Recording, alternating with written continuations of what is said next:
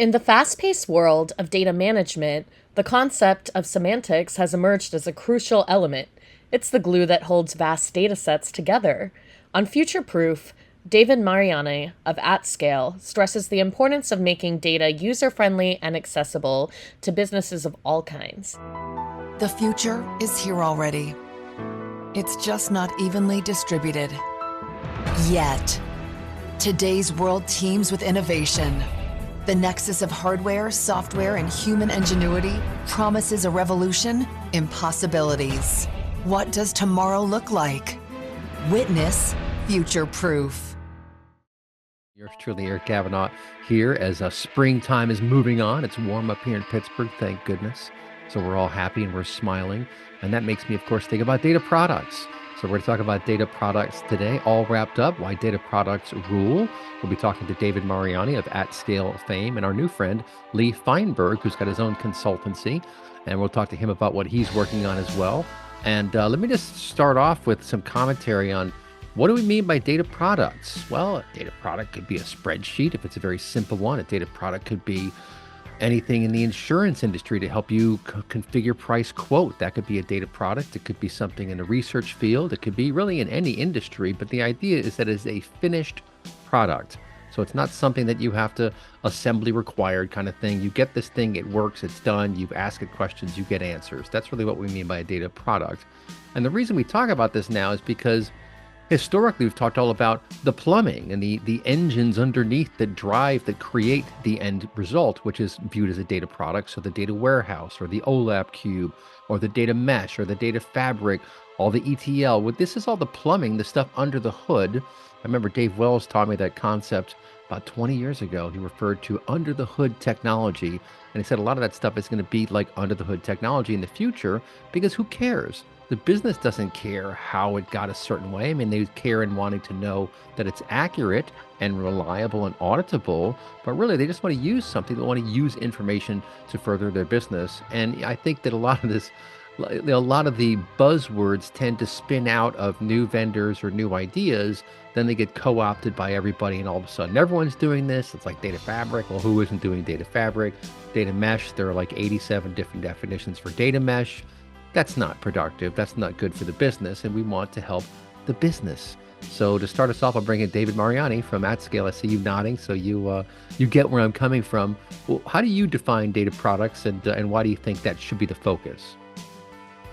Well, I love your synopsis for this about the analogy to the car. You shouldn't have to understand, how the transmission works or the rack and pinion steering. You purchase a car and you drive it. So, for me, a data product is a combination of obviously a combination of data, but also a combination of data and some output. So you kind of mentioned some of the examples of it. Even ChatGPT can be considered a data product, right? Right, sure. Its interface is an English interface to ask it questions, so typically a data product is something that's interactive. It's something that is definitely user focused.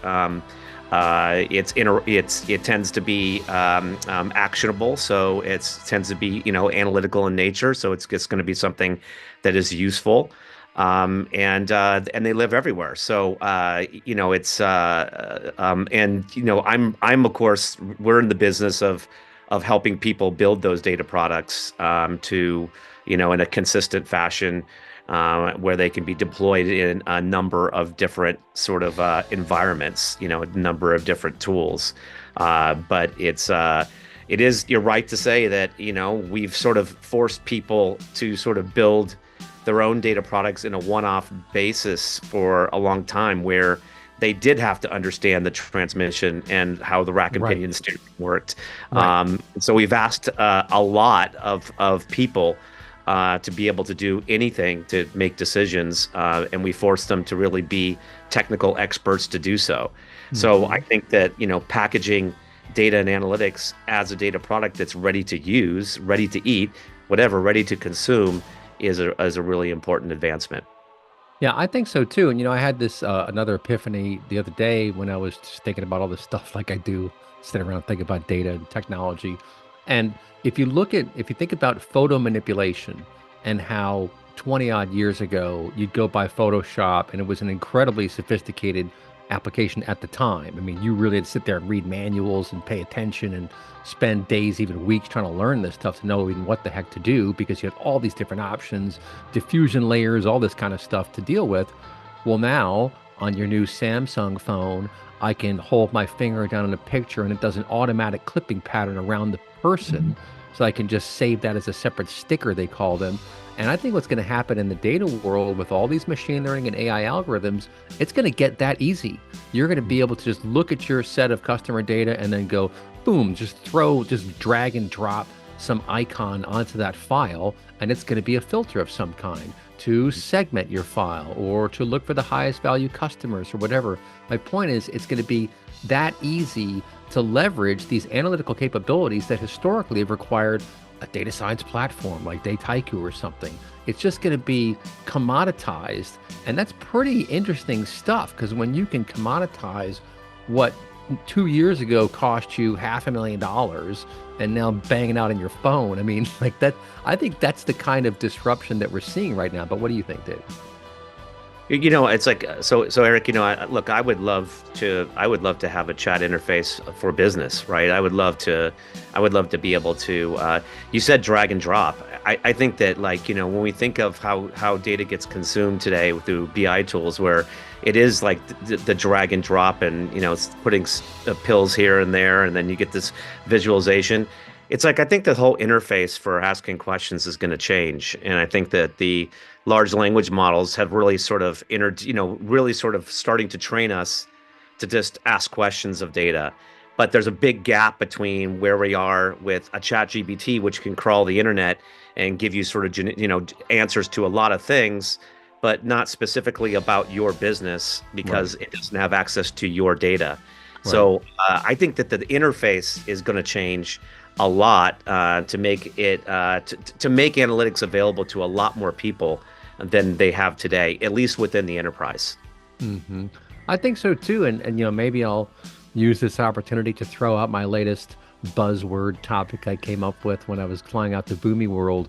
I just thought to myself about what you just mentioned. Basically, I thought to myself, the ultimate interface for an executive would be this kind of chat-based layer, or you can just ask questions of your business. So I'm thinking to myself, wouldn't it be cool for a forward-looking company to carve out, let's say, 10% or 20% of their data center, deploy their own small language model that is suited for their vertical, like manufacturing or healthcare or financial services, because they're out there. There's a whole bunch of these SLMs that are being worked on.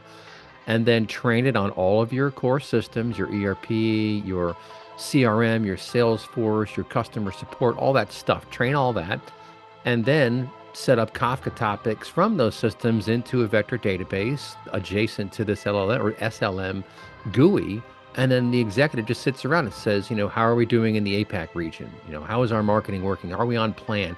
Any kind of question at all, and get all kinds of answers. Yes, some will have to be vetted, but I bet you 80% are going to be really accurate or even higher than that. So in terms of decision making and sort of stochastic discovery, that's an incredibly powerful tool, and you don't have to wait for stuff. Like, I talked to a CEO of a big company, and I was trying to get him to help me do sales enablement for some big accounts. And I've got a friend who is at a very large organization and is going to get a big promotion. And I was like, hey, do you have this account? He said, I don't know. I'm like, well, why don't you know? Like, if you had the executive cockpit, you'd assess, do we have this account? Enter, yes. And the salesperson is this, and these are the last few transactions, et cetera. What do you think about that? Is that pie in the sky, or is that coming sometime soon, David? Well, look, it's we were just talking about it literally today, because and for the enterprise, the big challenge is that LLMs, they can be wrong, but they're confidently wrong. In other words, Right. you don't know they're That wrong is true. because they come That's out right. like, this is what the answer is, right? That's right. And so what we need to do for That's business, funny. we can't be wrong, right? If the CEO asks, what's my gross margin for this product, and he makes a decision based on that, and it's wrong, it's probably going to be the last time he ever uses that as that data or that interface to actually make a decision. So I think what we need to do is that we need to build in additional sort of tools on top of this that basically give feedback on the answer, and almost ask follow-up questions to the user. Is this what you meant? Does this look right? I mean, something so that we don't sort of present this aura of absolute confidence that we're delivering the right answer when we could be hallucinating. Right. There's no doubt. And I think a lot of that is going to come in the RAG models, this retrieval augmented generation. I think you're going to have, just as you suggest, checks and balances. I might have a friend of mine who has built out a 5-person advisory board in GPT, where he's got his finance GPT, his marketing, his sales, his administration, and they all debate about stuff. I'm like, dude, you are deep in it, man. But that's cool stuff. As long as you suggest it is for stochastic purposes, for discovery, for learning, instead of making a big decision on something that has to be correct. As long as we're in that domain, I think it's an absolute slam dunk to use this stuff. But let's bring in Lee Feinberg and tell me your company name again. Data Decision Viz, right? Decision Viz. I knew I'd remember it. From Decision Viz, Lee Feinberg, tell us what you think about these data products and where you think things are going. Yeah, I kind of have a couple of different opinions, like most people in the space, because I approach it in a different way. But with respect to what we're talking about, if you think about executives, part of the problem, I think, in the world, and this is just being human, is most people are not analysts, and most people are not analytical either. And so I think there is, it's great that maybe even an executive could do this, the CEO, whomever, but depending on what their capability is, they may only get surface level answers, right? Or think at the surface level, when there's a lot more to need to actually make a decision when it comes to, like you said, I want to know if we have an account, or I want to know what our profit is, et cetera. Not enough to really go on. And so you still need people or a mechanism to really get deeper into understanding what the data is, what it means, what the implications are of making certain decisions, which you might not be doing just by asking simple questions like that. So I think there's a lot more to enabling this kind of capability, but I think it will change the way we do our work, right? I live in a world of that Dave described, right? Of drag and drop using software like that. And I'd love if I could extend some of that to a voice interface, only because I think I can do it faster. I can think of it that way, rather than I want to do this, but I have to do all these different incantations to make that happen, right? Which is just burdensome. Or I have to know how to do that in the software. And I don't really want to be a software expert. I want to be an expert at thinking about things and getting to understanding what the data is. Yeah. But right now it's necessary, only because we've only evolved it that far, right? But it's much better than just working with cells in a spreadsheet. Right. Well, that's true. And absolutely, I agree with what we just said right there. And I'll throw out another fun conversation I had with a guy who is director of data governance for a very large organization in the U.S. And he said that, we went and played with ChatGPT, and we asked it a question, and it gave us an interesting answer, and it said the confidence score was 59%. And everyone's like, oh, well, we can't go with that because the confidence score is 59%. But then someone on his team said, well, let's ask it why the score is so low. I said, all right. So they asked it, and it said, well, because this data came through null, and this data set didn't look correct, and this didn't work right, et cetera. And they're like, well, bingo. Now we know what to go fix, right? So even though the answer wasn't very confident, it then told them what was the problem, and they went to address it. I mean, you just think about the time historically spent in meetings and the latency from the meeting to action and from action to the meeting. A lot of that latency is going away, I think, with this new way of doing business, because for example, in the article I wrote about this executive cockpit concept, I'll throw this over to Lee again.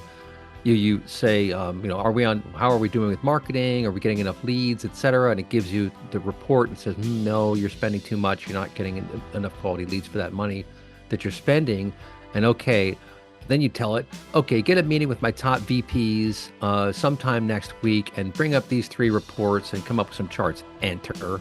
and it goes boom, it goes and finds the little AI agent, goes out there and finds the calendar, says, okay, 2:30 on next Tuesday, boom, sends the invites, delivers the charts and the graphs and the reports, and then you all show up ready to go. I mean, that is like wildly different from anything we've ever seen before. The meetings are going to be, I think, significantly more productive. Very, very few games are going to be played, which is what people do, right, when they don't have their work done or whatever. You know, there's all kind of stuff that happens. But Lee, what do you think about that? Just changing how business gets done with these very sophisticated data products, which is what these models are. What do you think, Lee? Well, I think it's going to be easier to do stuff like that because you'll have the technology will be there. I think the problem is it's actually possible today, but people just have to think that way. So for example, when working with customers and we really want to get out of them, okay, what is it that you're going to see in the data that will make you care? Right. And when you care, what will you do? Right. And if that what you do part that you just described, right? Well, I'll pick up the phone and I'll call Eric, or I'll need to see these other reports and I need to call a board meeting. You can do those things today, but people don't really think of it that way. They just think, oh, I just need to look at the data, or I just need someone to give me a report, right? And it's kind of burdensome just to have all that data there, right? Look through it and that's it. But the way we've also evolved with some of the newer tools have taken us a little bit further into that cockpit idea that you described, and streamlined the work, right? Because before you'd be in a meeting, someone would ask a question and it would be like, I don't know, but I'll go find out. And then, you have to wait till the next meeting, whenever that is. Right. Right now you can just do that mostly right there. If you're equipped and if your organization functions that way, usually the data is available and you probably have the tool with someone right there who can find out the answer, and you can actually do a triage without having to disperse and come back together. So I think the pieces are there already. Wow. It's just more organizations don't operate that way.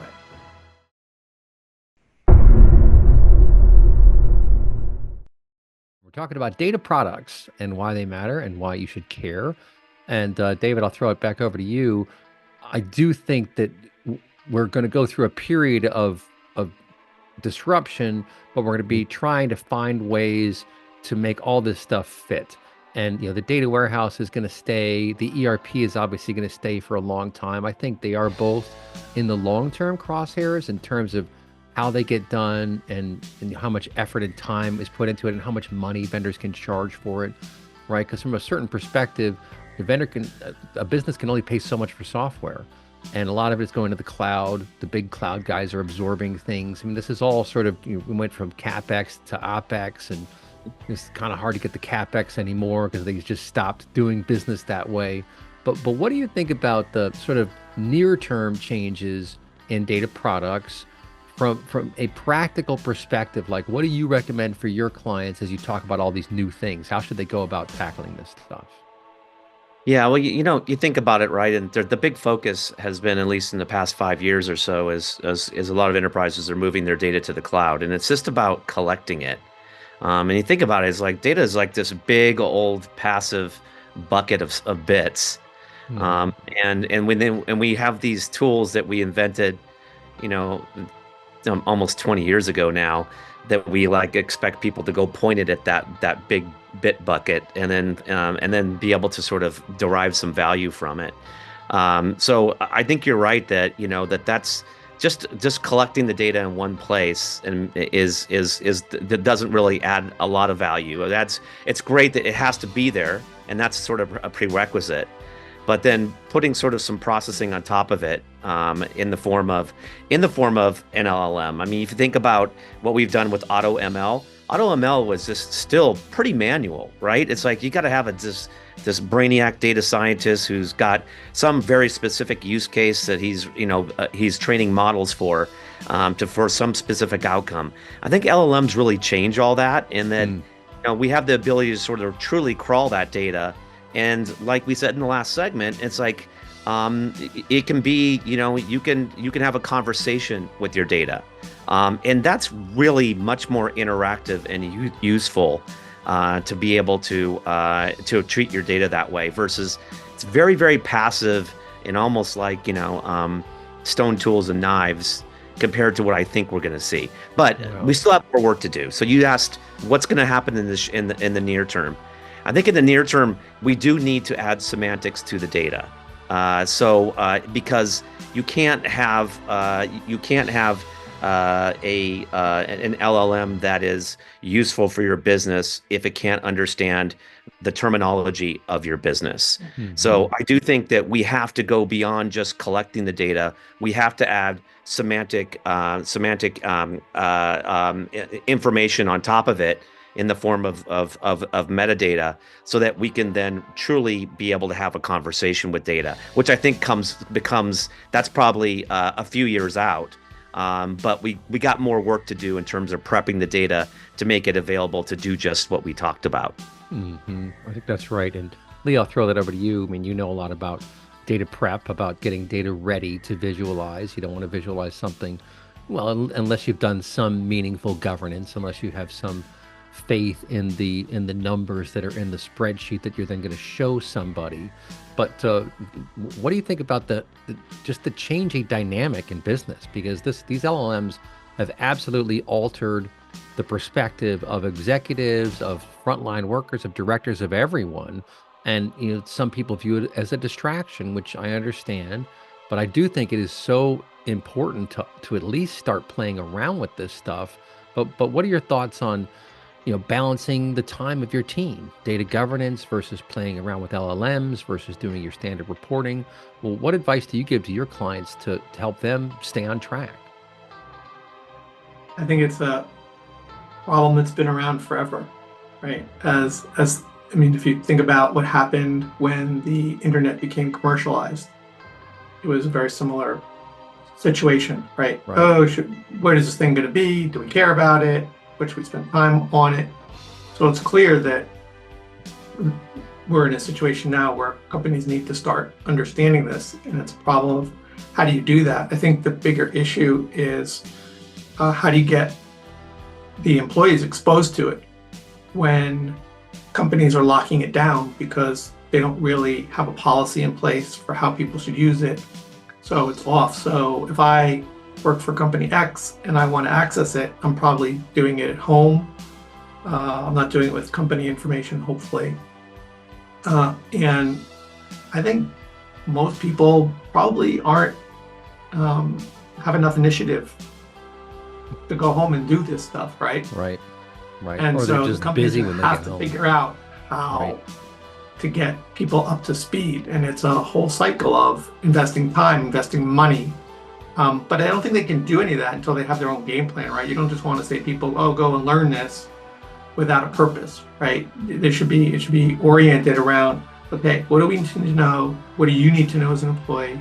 How to do with these capabilities specific to our business, right? Just knowing how to write a prompt to do, make my sentences sound better may not be helpful, right? I need to know how to do it to do analytics or some kind of automation. And I think that's got to come first, is the companies have to figure this stuff out before just throwing money at letting people learn it or do things. Right. No, it's a good point. And I will throw out one idea, and we kind of talked about this a bit already. I'll throw it back to Lee real quick, is comparison and contrast, summarization. These are incredibly good powers with these ChatGPT and Gemini type tools. Like you could take two written reports, load them both and say, what's the difference between these two? And it'll tell you. And so as sort of an analyst adjunct or an analyst tool to augment an analyst's work, I think it should be side by side with a lot of things that you do just to check stuff. Now, granted, you are taking information, putting it into an LLM, right? So you got to think about that. Now, I know that, what was it? Who was it who said that? I guess it was the OpenAI guy. When the Databricks conference was going on, I got him in a thread on Twitter, and the girl from Databricks was saying, oh yeah, you don't want to just throw your corporate data into an LLM like ChatGPT. And the guy from OpenAI got back and said, now, we don't do that. So this and that. And I got back to him right away. I said, what are you going to do about these hallucinations? And he came back and said, remember, they're more of a feature than a bug. Right. Yeah. So it's like, Boy. you're not really going to get rid of that sucker too quickly. But point being, Lee, there are lots of ways you can use these things to get value. And I think that, to your point, companies have to sit down, someone in the strategy office has to really sit down and talk to the teams and figure out, all right, what can we practically do that is not going to jeopardize our IP, that's not going to jeopardize, some other aspect of our organization. But you got to start playing with these things to recognize what they do. Because I think, and maybe this is the question you can answer, I think what we're going to see is these models get slotted into workflows, into very interesting workflows, like checking and validating things, right? Just ask it to check these two documents. Or what's different between them? Contract assessments, like loading two contracts. What's different about these contracts? Sections 2.4, 3.1, and 7.9. Like, okay, now I know what to go look at. I mean, it saves you tons of time in all kind of ways, right, Lee? Go ahead. Yeah, I think from those perspectives, I mean, I don't know about contracts because I don't do them very often, but you read stories about how it would be pretty good for something like this. I can give an anecdotal experience I had using one of Google's products, their notebook tool. And I put, I think, about 20 different documents in there, all around data storytelling, data literacy, in that came out of Gartner and companies like that, McKinsey. And it just mashed it all together. And I had my own little, like LLM from that. And I was able to really dive in and ask questions, summarize it, give me key points out of it. So I was able to do a business analysis on all those reports. It would take me forever to read through all those. And in, that's right, 20 minutes, probably, I had the essence of what I needed to use. And that is, I probably wouldn't have even done the exercise because I would have seen it as, it would just take too long. I mean, that's such a good way to describe it, right? So that's an opportunity cost.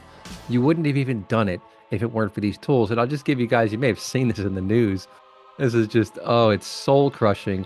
There's this article about this port in Peru that was financed through China's Belt and Road program. And apparently some bureaucrat in Peru didn't read the fine print and they dropped some ball and now China owns it. And they're all nervous about this. It's like, what happened there? Load that sucker into an LLM and just ask it for what is the fine print? What do I have to watch out for? I mean, wow. Can you imagine how unhappy someone is when they realize, okay, you just lost control of this $3.6 billion port, bro? Dave, I'll get you to comment on that. Yeah, well, what I also sometimes think about that. We already know what a productivity boost this technology is. And I know there's a lot written and there's a lot of anxiety about is it going to replace humans? And I was just listening to a podcast today with Jensen, the CEO of NVIDIA, and he made a very good point, which is that technology basically is it's a net job booster. It's a net job provider. Right. If you look at it at a micro level, yeah, somebody might lose their job if over sort of this technology, but to think that that you give people back time, it doesn't mean that you shrink your workforce. That would assume companies have run out of ideas. Mm-hmm. So if we're allowing companies to make more money, then it's not like we're out of ideas and we're just going to continue to shrink and shrink the workforce. We're going to do more. And so we're going to create bigger companies with and take bigger risks and create a bigger economy.